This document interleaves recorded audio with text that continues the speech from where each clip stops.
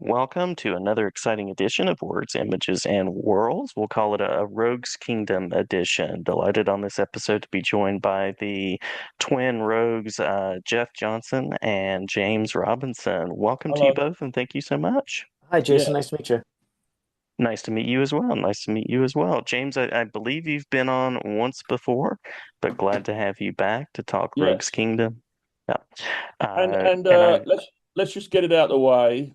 I had a mhm. bad fall, and hence this look that I'm going to try and start a fashion trend among, you know, Yeah. tragically Yeah, hip. I mean, it looks like you fell on a pile of spikes or I don't know, some sort I of I batons. I It tripped looks on brutal. a manhole cover, and I hit the side, and I Mm. kind of remember kind of scraping my face Ooh, on the ground, and ouch.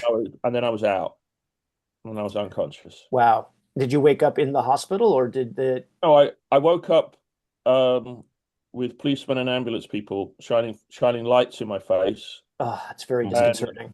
just anyway, it's all over. I'm Okay. getting I'm glad better. you're okay. That's Thank Mhm. you. terrifying. Yeah. Anyway, Mm. Rogue's Kingdom, where a punch to Yes, the face is considered a mere love It's tap it's a compared to preamble to a drink. yeah, that's Yeah. exactly. right. Well, I It's was going to ask about collaboration. Before you explained that, I was going to say, did Jeff get mad at you? Was oh that part of no. the collaboration process? Oh well, Jeff is a multi martial artist. He has been studying Uh-huh. martial arts since how old were you when you first started martial arts? I got 10. I think I started doing around 10. 10. Yeah. And he's always, I mean, actually, Rose Kingdom had a delay because he hurt his hand doing, It's true. what's the one with the swords? What's that one? Was that the one or We was do it Kung Fu? kendo and just I use a bokken for practice. But the hand I hurt sparring. I broke them when I was fighting someone and I didn't I hit incorrectly and busted up. You can see that Oh, it's all okay. yeah, Ah, See, I'm all this and yeah. I'm like, don't show me. Yeah, yeah, Um, it's long since healed, but it healed weird. But yeah, no, it did not affect my drawing at all, other than my timing. okay, Yeah, very good. yeah. yeah, So, yeah. so, so we are gearing up with our second Rose Kingdom Kickstarter. Hmm. We have, Hmm. we have what, 8 days left? Yeah, about 8 days left. Yeah. Hmm. And we want people to know who might not know, and get the word out more so that we can get through to at least the end of the first arc. Yeah. Well, I mean, the first arc, James has already written it. I'm plugging away on it. We have a great team on the book, and I think that the first issue took forever. The second issue took a smaller version of forever, and I think the third book will be out pretty quick. So I think Yeah, we Good, yeah, good. yeah, the, we worked a lot of the bugs out. Yeah. I think if the goal is, could we get the third one up by the end of the year? Yeah, for sure. I think the third Okay. one is the layouts are in a space where Chris can start inking them, and then um, everything else already is in place. Like we have a fantastic letterist and a designer who are just waiting for us to plug stuff in. It's one of the funny things, Jason, about doing like a Kickstarter is having to figure out the publishing side of getting Oh it out. yeah. Yeah. But I think once you have those people in place, then you can go back to just doing the drawing and the writing and stuff. But finding the right people um, Yeah, is super takes important. time. Yeah, getting your Takes team time. together. Yeah. So you have a list of questions. I know that because you Oh sent yeah. it to us. Yes. Which And one we would you can like to run ask through us those in first? any way you'd like. Yeah. So have you had did you read the first one, Jason? Did we send you everything? Did you get a chance to look at it? Yes, yeah. I Okay. saw it the last time we chatted, and Right. Cool. I was going to say for the uninitiated, we're talking about a fantasy series here. We're Hmm. talking about world building and anything else that you'd like to tag in that people would want to know for the uninitiated, the untraveled. Yeah, I think so. The way I've been describing Rogue's Kingdom is basically the Three Musketeers meets Lord of the Rings, mixed with a tiny touch of uh, dragons and unicorns and all the other fantasy things, and Dungeons and Dragons, since that's Yes. definitely an inspiration for a lot of the magic and how the world Yes. works. Is yeah. Yes. So yeah, if you like any of those things, you'll probably like Rogue's Kingdom. And it basically begins with two rogues, and through the events of the first two issues, they kind of assume false identities, Mhm. and with the idea that they will get into this first of our kingdoms. We have three. Actually, well, I won't ruin things too far down the line. We have three kingdoms. We're dealing with the first one, Lumpland, which is the most traditional of the kind of fairy tales, sword and sorcery kingdoms. Mhm. And they gain entry to the city under false pretenses with the idea that they're going to basically steal as much crap as they can and get out. Yeah, But they're gonna work along and hopefully survivably short con. yes, Mhm. and they go in there with those intentions, but very quickly they begin to discover that they have consciences and there are problems and dangers within the city that they have to become involved with and assist. The Mhm. two, sorry if I'm doing all the talking for now, Jeff. Do you mind if I do it? No, please, yeah. So the two characters, one is Rondo Manway, who is an older, graying, like swashbuckler. Mhm. And then kind of if you imagine me and Jeff smashed together, he Right. looks like us. He does. Uh, I do actually use us as inspiration for him, mixed with, I don't know if you knew this, Jeff, a little bit of David Bowie. oh, that's interesting. Yeah. Actually, you never said It's that. yeah. And then the younger of the two rogues is a young boy. He's probably 12 years old, something like that. Mhm. Say, and he's a cut purse, a street kid, and he has had a very unlucky life up to that point, which has really hardened his heart. So his Mhm. conscience takes a little bit more time to come to the surface, but ultimately the people around him, the good people around him, help. One of those is our third kind of major player. There are lots of other characters, but our other major is a princess called of the kingdom, Princess Tara, and she is heavily inspired by an old anime I used to watch as a kid when I briefly, although I'm English, we lived in Australia for a few years at just the right time. This series called Princess Knight about a girl with a Mhm. boy's heart who wants to be all swashbuckling.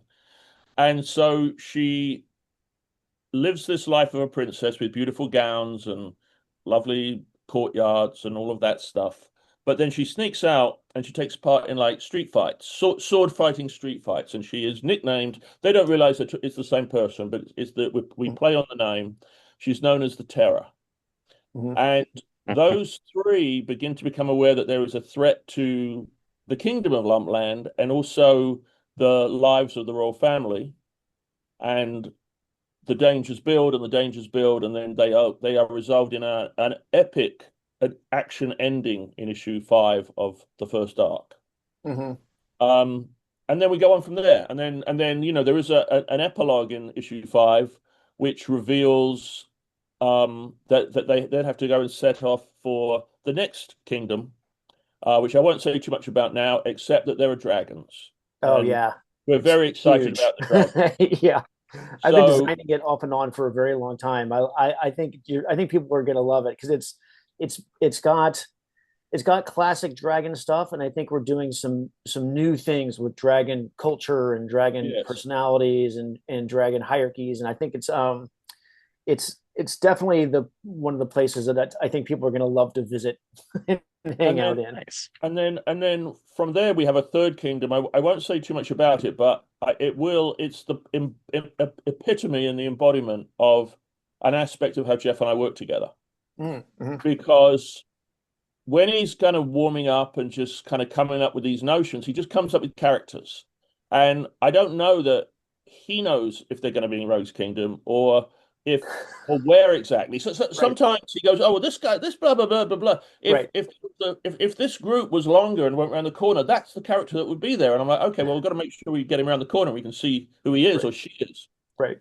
But he did this character. I won't describe the character, and but very different and unique from anybody you might expect in Rogue's Kingdom. And I saw this character, and then it came to me that he is the king of our third kingdom, Mm. and it is as different uh from the other two as anything you can imagine. But it builds to it makes the place a truly unique like world of these kingdoms. And we should say I'm already rabbiting on Mm. that one of the things about these three kingdoms is that they all have mages, and they're in a Mhm. kind of there was years ago, centuries ago, they had this horrible war, and ultimately they now have a they now have not an easy truce, but kind of a truce based on the fact that they each have a mage with the power to severely hurt the other kingdoms. So Mhm. it's a bit like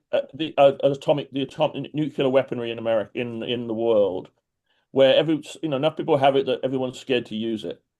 Right. So for now, fingers crossed. Right. So Right.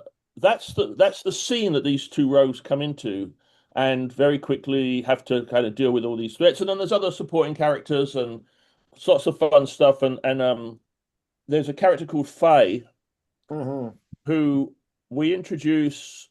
Well, actually, it's on Instagram. There's a picture of her that we've shown on Instagram. She is a character from Rondo's past, and we get to know more of her in the first arc, a little bit in the story. But I'm doing these text stories. I did one in the first issue with a seemingly insignificant character that only appears in two panels of the comic. But he's in the prison cart with Rondo and Peachy when we meet him, Yeah. and we get Arlo. this little backstory of how he got into that prison cart with them. And it's Mm. meant to be funny and just sort of light, and ultimately he ends up in the prison cart. So it's got a sort of bittersweet ending. And I was going to do a little story about this new character Faye, and it kind of began to write itself, and it ends up being it'll be the back matter of the next three issues. It's a great story. Two, three, four. Nice. Yeah. I'm pretty proud of it, actually, and we can talk a bit more about my text writing in a minute, but Yeah. because there's something else that we're doing, or that kind of will add to the world of Rogue's Kingdom, which we'll get to in a minute. Mhm. Jeff, do you want to add anything Well, I after was going to say one of the things that's what the tech story is sort of came out of. I think the one of the things that's great about the way James and I have settled into a creative relationship is like it's a very much a yes and kind of vibe. Like James will hit me with an idea and I'll be like, oh yeah, that's cool. And then that will just sort of make me spin. And then I'll be like, oh, but what if like, yeah, that's great. But what if yes, around a corner there's also this thing? And he'll be like, oh, well, yes, that's really cool. What if that then makes us go over here and then we can introduce these things? And so the the prose that James has been writing and just generally the way he describes the world after we talk to it or talk about it, that it always leads me to see deeper into the world. Like when I was Mhm. designing the big picture of Lumpland that's in issue one, and then filling out the idea of where the palace is and where the merchants are going to be and down how far away is the port as I'm figuring out where Princess Terra runs around at night as the Terror.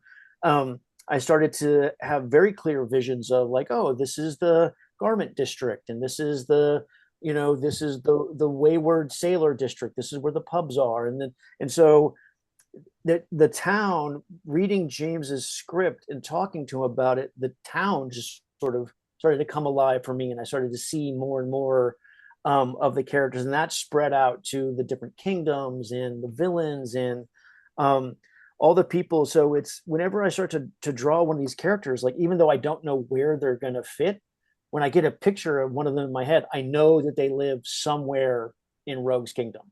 So Mhm. it's one of it's kind of its own little magic spell that we got going on, and I definitely feel like um the prose that James writes definitely inspires me, like, oh, that's what that, of course that's what that looks like, I can totally see it. So yeah, it's been well, great. a good example of us working together that is another example of what Jeff is saying is that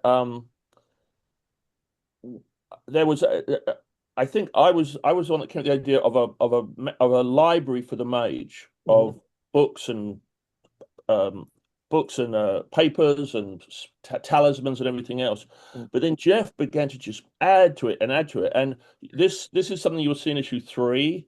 Mhm. But he brought in all these other elements, including fantasy characters in the library that I don't want to reveal it now because it's issue Right. 3. Let's get issue 2 done, Yeah. or it's done, but Right. out there. But again, it was an example of how Jeff adds and adds and adds. He's a very, very there are artists who are very talented, but if you don't have the idea for them to draw, you always get a little bit less. Mm. I've had that Mhm. happen at times. But with Jeff, it's the other way. You give him X and he'll give you X, Y, and Z. Yeah. So Yeah. I do. we I do tend to spin when yeah, I will I will spin off and be like, "Ooh, this is cool. It'd be even cooler if this." yes. Yeah. But then you have to draw it, and you always Yeah. give Mhm. yourself, I do. the original idea that would have taken you a day ends up taking you like 2 weeks. So Yes, it's a double-edged sword a little it bit. is. I am hoist on my own petard often. Yeah. Yeah. So I mean that is the premise. The Mm. art is, I mean, everybody that knows Jeff's art knows it's always been quality back to his early days with Cross Gen and Wonder Man at Mhm. Marvel. Mhm. But this is to me next level. It's so beautiful and it's so precise. It reminds me a little bit of Bern Hogarth and a little bit of Hal Foster, and Mhm. it's just like classic like newspaper strip art that's just beautifully done. And I know I'm very proud to be working on it. I know Jeff's very proud of it, and I Mhm. think as the series takes shape and the characters really come to life for the readers, I think everybody's gonna or is in for quite a treat. Yeah, I think that we've created a world that you can visit and stay in. I think that Mhm. it's the kind of place where you can pick up issue 1 and that it's the kind of book that hopefully you'll read it once for enjoyment and then go back and look at it and be like, oh, there's all this other stuff Yeah. Well, happening in that's between the characters and in the background and in the one of the things that so I had someone talk to me, James, I don't know if I told you or not. He was very upset about what happens to Arlo because you made him love that character in the short story. And so well, yeah. yeah. And so he's putting together a save Arlo petition that Arlo's not dead, that at some point we can that he can reappear in some form. Let's you know what? Let's put a pin in that, Yeah. honestly, and see where we are little bit down the line. Yeah, maybe throw in some Arlo sightings. Yeah, yeah. Yeah. Who do you have anything to ask us? Oh yeah, Jason, sorry about that. Oh no, no worries. I was going to ask about character design. So it sounds like some of that starts with the image and then travels on from there, and some of it starts with the prose and travels on from there. So there's sounds like there's a really nice interplay, and Well, you're also entertaining fan requests, which is well, well, nice. the well, Yeah. the look of the world really began that we were trying to talk about when first decided we wanted to work together. Mhm. We've talked about this for like a decades working Yeah. together, and then for one reason or another we haven't. And we were saying that like what are those touch point things that we both carry with us in terms of fiction? And Mhm. one of them was the Three and Four Musketeer movies by Mhm. Richard Mhm. Lester from the 1970s, which I haven't seen the new French one that they've done, which I guess is amazing too. Oh, I haven't But seen that one yet either. there's the 70s one with Oliver Reed, Michael York, Frank Finlay, and Richard Chamberlain as the Four Musketeers. Right. Brilliant. And so suddenly Jeff kind of came alive, and he's like, I love that era in terms of design. Mhm. So that's where that was the thing that got kind of began to shape the world of Lumpland. And the other cities, the other kingdoms will, I think, have different looks, but we'll Right. always come back to Lumpland. It's an important place in the story. We don't just go there Yeah. and go away. It's kind of a base.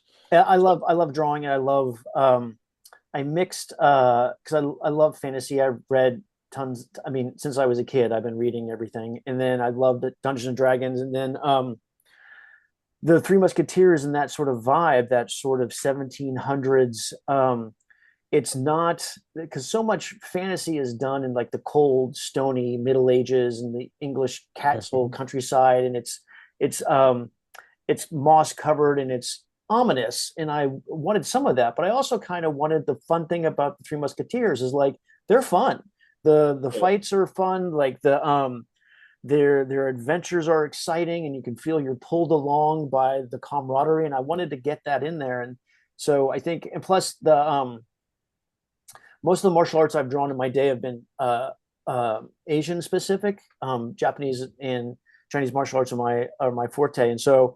But I really wanted to do a different kind of sword fighting, and so the musketeer, the rapiers, and the that kind of almost gentlemanly combat. I really wanted to draw that and have that be part of the style of the book, because you never really get to see just the I don't know, the joy of it.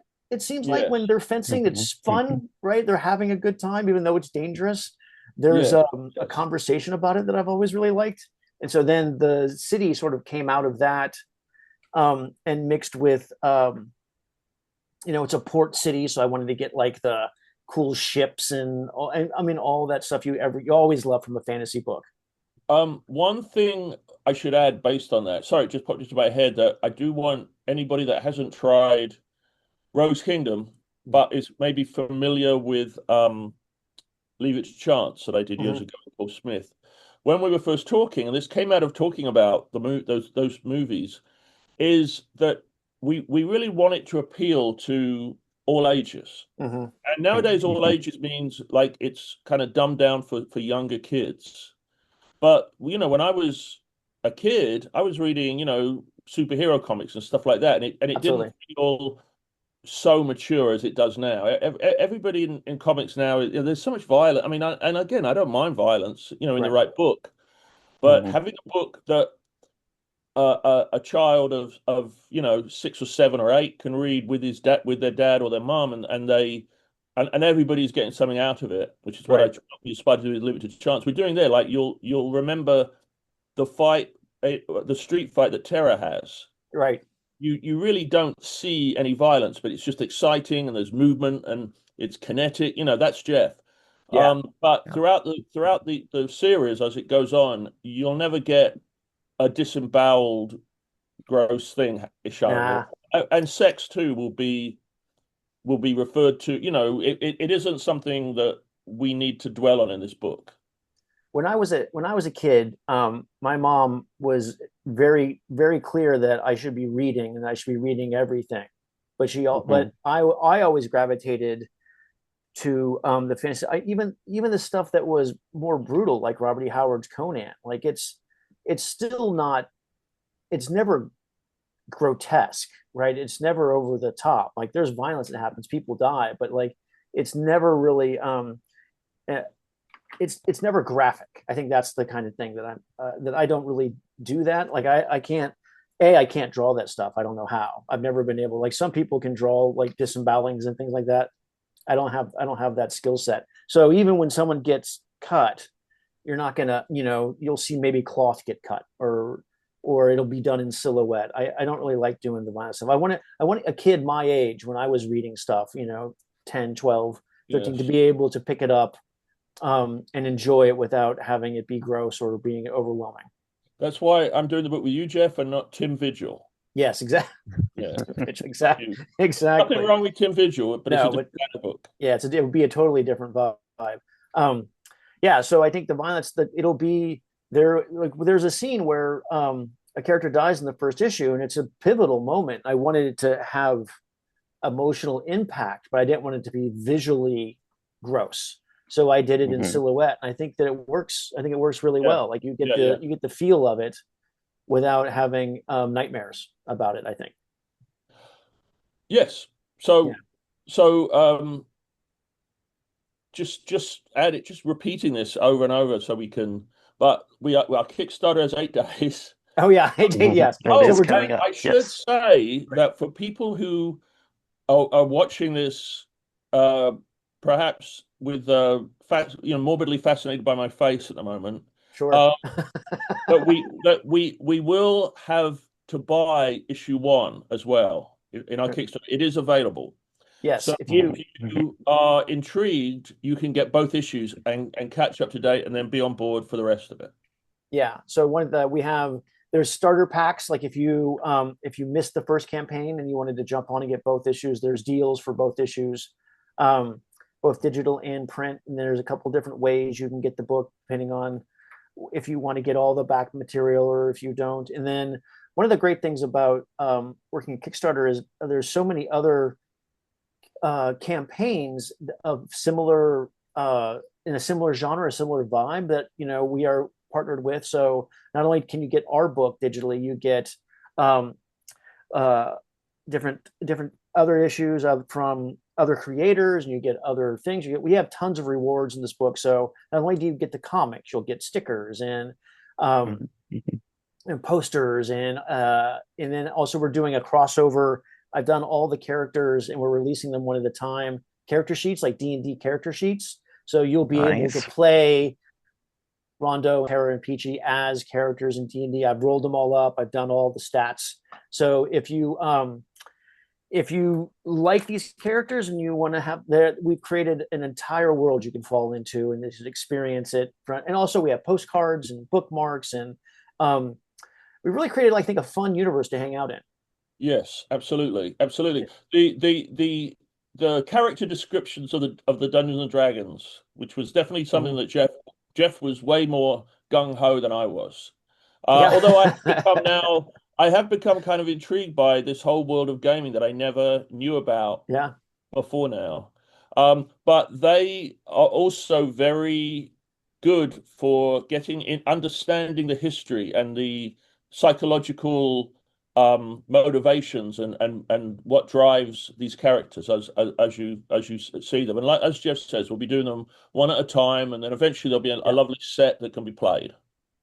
Yeah, and you'll have the monsters and some background stuff. And if you get a module from D&D, I'm building uh, a visual Lord of the Ring or a visual Rogues Kingdom module, and James is doing some really cool stuff with the writing. So on the postcards and on the Dungeons and Dragons the character sheets, there's parts of Rogues Kingdom you can only get in that on that sheet, like some of the history, some of the background character stuff, some of the way the world works. It's like there's just one more little piece about the kingdom that you wouldn't get otherwise. And so we have all kinds of stuff like that, like the stuff James wrote on the back of the postcards. There's great stuff in there about like what happens in Lumpland. And then one of my favorite things that James did is our letters column is actually the newspaper of Lumpland at the time. So you can read articles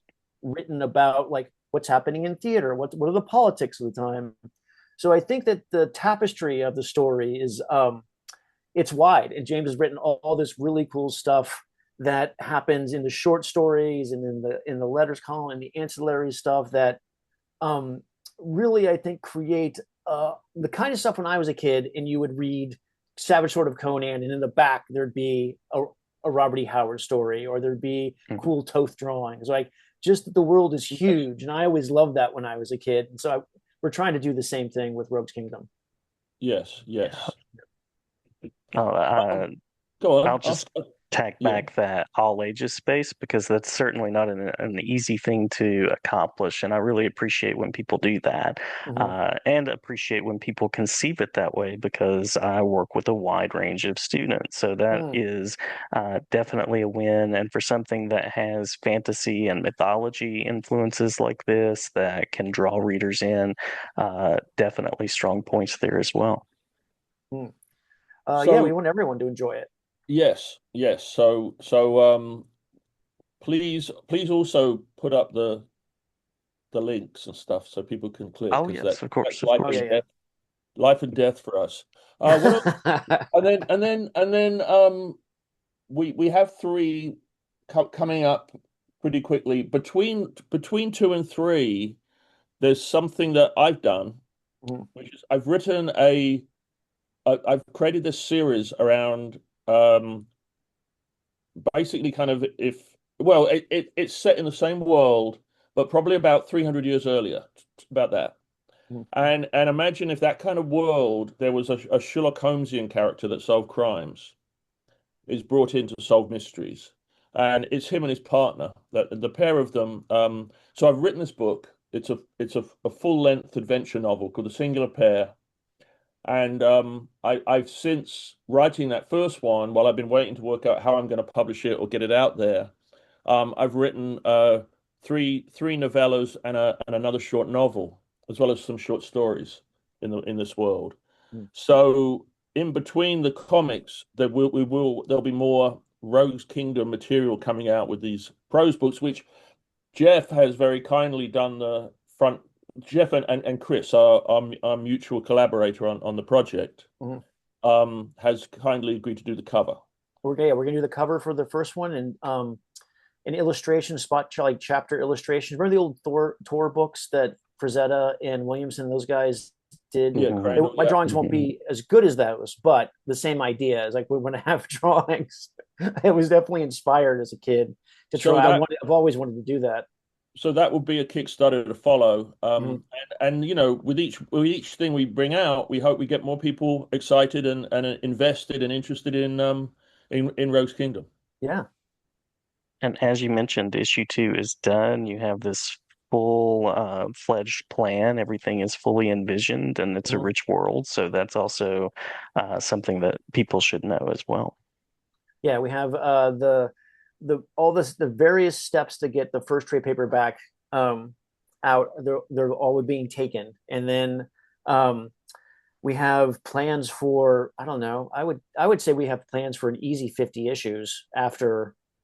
Yeah, Nice. there's the We world is we we yes. I mean, I 50, yeah, 50 yeah probably. Yeah, yeah that's right. yeah So I mean, yeah. I having think we having those as a nice set of trades at some point in the future, that's the goal, that we yeah can sit back in our dotage and yes know that we achieved something like that. yeah. I do think that that we want to create a world that people can hang out in for a very long time. Yeah, yeah. You mentioned stickers, you mentioned the add-ons, so it sounds like the creator-owned space has allowed for some branching in your creativity as well. Absolutely. Well, I think one of the things that the Kickstarter has been really great for is for me to kind of see the stuff that I'm doing on the side of the art. I can see ways that I can like, oh, as a fan, I would also like to get a sticker of this, or like I can see my own stuff as a fan in a way. I'm like, oh, this would make a really cool bookmark, or this would make a really cool sticker. Um, and the stuff that I always enjoyed as a fan, but as a penciler, you just don't think about. And so, as now that we're doing the Kickstarters, I think that it has opened up a world of um, things that I would like as a fan. I'm like, so I can kind of play in that. We're like, oh, I would love to have this as a coloring Right. book. Yeah. That was James' Yeah. idea. And he said it. I'm like, yes, a coloring book is a great idea. I would Yeah. love to do that. So yeah, we have a coloring book. It's got a lot of fun stuff in it, and it's the art will be some art you've never seen before, sketches that have never been printed that you can color, and it's definitely something that I think kids will like, but also that me as a fan would really enjoy to Yeah. do. Yeah. Yeah. Yeah. Yeah. In terms of finding it, you mentioned the Kickstarter link, which I'll put at the end of this video as well Mhm. as in the show notes. Any other social media spaces or other places that you'd like to mention that listeners can engage with? Yes, I'm on all the socials. I'm on X and Facebook and Blue Sky and Instagram and Threads. Um, and so if they want to find Jeff Johnson, also Johnsonverse, there are links to everything there. There's tons of art, and I'm often showing stuff that behind the scenes work there. So if you want to see how stuff is made, there's a lot of stuff to be seen. I am less of a online presence. As I've gotten older, I've tried to like wean it away. Mhm. Um, but I'm technically on X, although I don't really post there. But I am on Blue Sky and I'm on Instagram, and I try and post every day. And there's other things I'm doing, other books. So I Mhm. try and promote Rogues and these other books. So there's always something interesting that I'm adding. Hopefully interesting. Yeah. Um, and we're there'll be a bit of a Rogues presence. I should mention it now, just because I actually have to have the dates, work out the dates. Um, Saturday the 13th, and Sunday, the 14th of September, there's a convention in Memphis Oh yeah. that Jeff and I will both be there, and we'll have copies of first two issues of Rogues and lots of other stuff. So if you Fantastic. are anywhere in Memphis and you feel like a car ride, and I'm just like smile or smirk when I said that, but I have been to these conventions, and because America is a very big place, I've heard, people come up, oh, we drove 5 hours, and I was like, wow, I know it's crazy. that's a long way to drive, and they're Yeah. like, oh, well, it's not, for them, it's like, oh no, that's like I don't get to pack a six pack. Yeah. So there will be a little bit of a convention presence for Rogues Kingdom with Jeff and I together, and there'll probably be conventions that we both separately attend as well. Yeah, and we'll have collectible stuff, and we'll have signed copies, and we'll have you can talk to us about Rogues. We are, as you can tell, are happy to talk about it Yeah. for hours Yeah. at a time. It's a very cool world, and I love comics being used as a space to share fantasy stories, to share the kind of rich stories that you're talking about. Well, I wanted to say one thing. So I think that Yeah, that the story is complex, and we cover a lot of ground, and James and I are definitely on the, it's been a joy to come up with this stuff. But one of the things I don't think we ever really talked about specifically, that I think as I'm rereading stuff and getting ready for the next issue, is that the the quieter themes, the things that are about Peachy and Rondo are hurt and lost, and they find each other and become a bit of a family, and give each other purpose. And I do think that one of the things that is an underlying theme of the book is, you know, the reluctant hero who's just when given a chance to do the right thing, they do the right thing. And I think that that's a message that I really got out of comics when I was a kid. And one of the reasons I love comics is because yeah, um, that the underlying hero and why they become heroes, and the need to be a hero and to step up, I think. And even though you didn't know that that's who you were going to be, I think is something I loved about Spider-Man. I loved it about Mm. Captain America. Um, and even though these characters aren't superheroes, I do kind of approach them when I'm drawing them as heroic, as being heroes. And even though they start their adventure with not the most noble yeah, yeah, intentions in mind, they certainly, I think they certainly rise to the occasion. And I love drawing them as much as I love drawing Peter Parker when I was working at Marvel, and as much as I love drawing Boone at CrossGen. Like, I just think that they're really great characters, and I like spending time with them. And I think that that's and I don't know, James and I didn't necessarily we didn't write that down, but I think our love of the genre sort of came out in them, and that it represents themselves. yeah. You know? Very good, very good. Yeah, I So think that passion comes through.